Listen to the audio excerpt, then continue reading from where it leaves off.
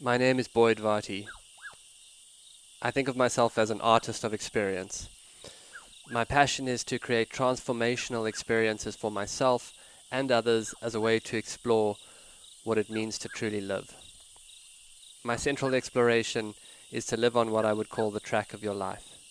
To me, this is to live courageously towards the discovery of what you are called to and to what life asks of you. So much of how I live has been informed by my passion as an animal tracker. I'm following the trail of my own life and reporting back. Boyd Varty, Dispatches from the Boundary Walk, journal entry. There are a lot of reasons to walk. You might walk for exercise, relaxation, exploration. None of these were our reasons. Our reason was more the classic intention of masculinity, the archetypal desire to challenge yourself, the simple wish to push and see if you can. It was Duncan, Londolozi's general manager, that first escalated the situation. I had suggested that one morning we should do an enjoyable long walk through the bush. "That's a nice idea," he said, which is what he says when he has a better one. "Or," he went on, "we could walk the entire boundary of Londolozi." To be honest, the idea unnerved me, the reason being that I am someone who fairly regularly walks distances of up to 25 kilometers. And I know how well walked you can feel at that mileage. So the idea of doing double that certainly gave me pause. Duncan, on the other hand, was using a strategy that has worked for him in the past when facing long mileages. It's a kind of powerful psychological denial, the deep belief that everything would be completely pleasant. This is where he planted his flag. Slowly, a plan was hatched. We recruited the two Jameses, Head Ranger, James Souchon, and Londolozi digital storyteller, James Tyrrell. We would be a four-man team. All of us were pretty good walkers, but more importantly, we were good talkers, and stories on long walks eat mileage. We mapped out the route, a glorious 50-kilometer circumference. Then we shot our mouths off around the camp that we could do it in under 9 hours, so that there was enough ego invested to keep us going. The route would take us through all of Londolozi's beautiful terrain, along the Sand River, through the beautiful clay soils of the eastern boundary, dense with tambuti and jacket plum groves, then down to the deeply secretive south, where unexplored dry river beds were the home to huge trees. The route would bring us through the open areas with its black cotton soils and red grass, teeming with zebra and wildebeest.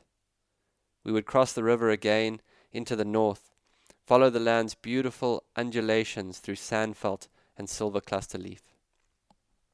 We prepared ourselves the night before: sun cream, plasters, hats, extra socks, electrolytes, and we went to bed with that wonderful feeling of anticipation that one has before a day spent on one's feet in the wild. By 6 a.m., as the dawn was breaking the next day, we were on our way. I could tell you in quite linear terms about the day. I could tell you of the sunrise and the way the stars gave way to the morning.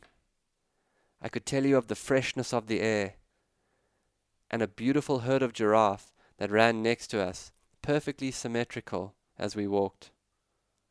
I could tell you of an incredible moment where James spotted a lioness through thick bush on our flank, how we all stopped as about 40 meters ahead of us the Nsevu pride crossed the road in beautiful golden morning light. I could tell you about so many of these moments, but that would only be half the story. A day spent walking in nature is somehow more than what happened.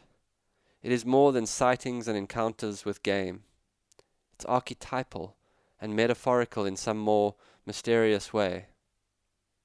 When a group of people travel a great distance by foot, it is as if some ancient part of us is activated. Like thousands of years of nomadic life, coded into our DNA, emerges into the intangibles of walking together. Some of those intangibles are a deep sense of belonging, a natural flow of stories to help get through the hours, a sense of care born of the understanding that energy ebbs and flows, and the group's job is always to lift its individuals. The desire to keep going slowly, step by step, no matter how sore or tired you are. And inside of this, the understanding that the route is a process, and all you have to do is let the process teach you. We made tremendous time through the first 25 kilometers, delayed only by the lions and then 2 bull elephants that crossed our path. In the south, we met some rangers from a neighboring reserve and took some time to stop and be courteous with a few hellos. But generally, we walked. We walked with strange pains transferring around our bodies. We walked through ever-changing terrain. We walked past ostriches and impala. We walked on roads that seemed to have different personalities, grassy, uneven roads that were like a complicated lover, requiring you to constantly watch your step. We walked on roads that felt like easy friendships, and roads thick with sand that felt heavy with grouchy energy. There is something both wild and mentally restful about being on your feet. I remember when I first started working as a high-performance coach, one-on-one sessions done walking constellated a much deeper conversation than sitting across a table from someone. As I walk now, I was also appreciating the robust physical capacity of animals that move almost exclusively by their own feet. All the time we chatted easily and let the splendor of the reserve drench us with a feeling of gratitude. I think again of how shared endeavor in nature has built into it a kind of team spirit. In places, the views west to the mountains and east into the Kruger National Park oriented you in a larger perspective. You experienced yourself in the center of this new perspective, which seemed to, in some fundamental way, expand life. I've heard it said that the experience of awe is the feeling that you are both vast and humbly small at the same time. For me on the walk, it was often like that. I thought of how walking is in some tangible way the feeling that you are participating in life and progress. Walking is a kind of grounded antidote to modern life, where so much happens digitally while nothing actually happens. Somewhere around the halfway mark, I ate a peanut butter and jelly sandwich, which was the best thing I've had in ages. Eaten under a tree on the banks of the Sand River, with mileage behind you and mileage ahead of you, I tell you, I would have chosen it over any Michelin-starred experience. It placed me so in the moment. It was so perfect to be truly hungry. It was so simple.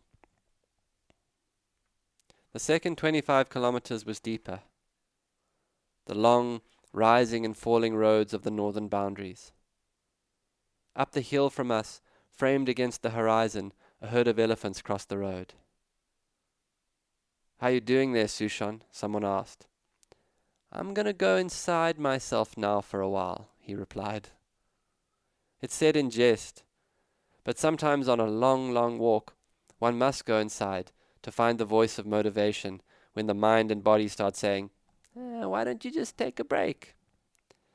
Dehydration and blisters had become a factor.